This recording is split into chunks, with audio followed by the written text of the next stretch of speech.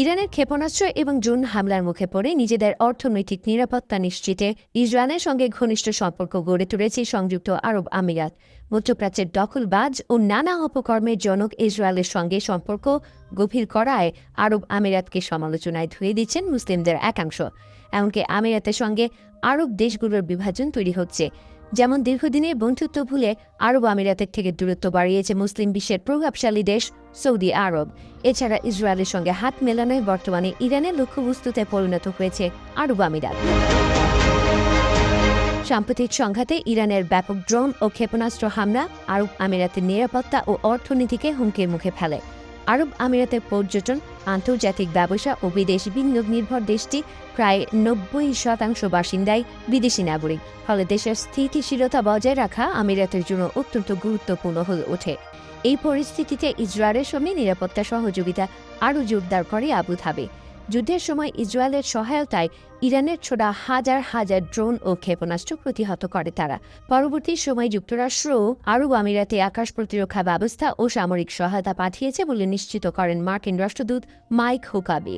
বিশ্লেষকদের মতে আরব আমিরাত মুসলিম দেশগুলোর সঙ্গে সুসম্পর্ক বজায় রাখার চেয়ে বর্তমানে নিজেদের নিরাপত্তাকে সর্বোচ্চ অগ্রাধিকার দিচ্ছে।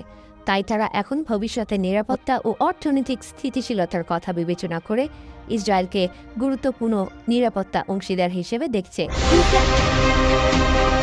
২০২০ সালে যুক্তরাষ্ট্রের মধ্যস্থতায় স্বাক্ষরিত আব্রাহাম অ্যাকর্ডস চুক্তির মাধ্যমে প্রথম উপসাগরীয় দেশ হিসেবে ইসরায়েলের সঙ্গে আনুষ্ঠানিক সম্পর্ক স্থাপন করে আরব আমিরাত ও বাহরাইন। যদিও সেই চুক্তির পর আরব বিশ্বের আরও কিছু দেশ ইসরায়েলের সঙ্গে সম্পর্ক স্বাভাবিক করার বিষয়ে আগ্রহ দেখিয়েছিল। তবে ২০২৪ সালে ইসরায়েল ফিলিস্তিনের গাজায় গণহত্যা শুরু করলে পরিস্থিতি পাল্টে যায়। গাজা যুদ্ধের পর আরব বিশ্বে ইসরায়েল বিরোধী মনোভাব ব্যাপকভাবে বৃদ্ধি পায়। ফলে সৌদি আরব সহ উপসাগরীয় অনেক দেশ এখন ইসরায়েলকে মধ্যপ্রাচ্যের অস্থিতিশীলতার অন্যতম কারণ হিসেবে দেখছে। এ কারণে আরব আমিরাতের ইসরায়েল ঘনিষ্ঠ নীতি সৌদি আরবের সঙ্গে তাদের মতবিরোধ আরও বাড়িয়ে তুলেছে।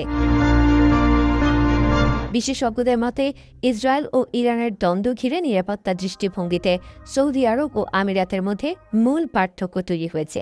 ইরানকে সবচেয়ে বড় হুমকি হিসেবে দেখছে আরব আমিরাত। এই পরিস্থিতিতে ইসরায়েলের সঙ্গে ঘনিষ্ঠ সম্পর্ককে নিজেদের নিরাপত্তার জন্য প্রয়োজনীয় বলে মনে করছে। অন্যদিকে সৌদি আরবের একটি বড় অংশ এখন ইসরায়েলকেই মধ্যপ্রাচ্যের বেপরোয়া শক্তি হিসেবে বিবেচনা করছে।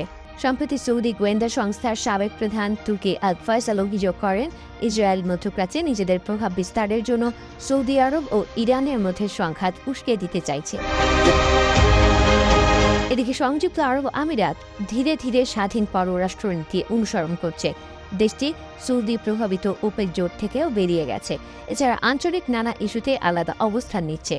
বিশ্লেষকদের মতে আবুধাবি এখন ঐতিহ্যগত জোটের চেয়ে নিজেদের অর্থনৈতিক ও নিরাপত্তা স্বার্থকে বেশি গুরুত্ব দিচ্ছে। এ কারণে ইসরায়েলের ঘনিষ্ঠ হচ্ছে তারা, আর এতে করে আমিরাতের সঙ্গে সৌদি আরব দূরত্ব বাড়াচ্ছে বলে মনে করছেন বিশেষজ্ঞরা।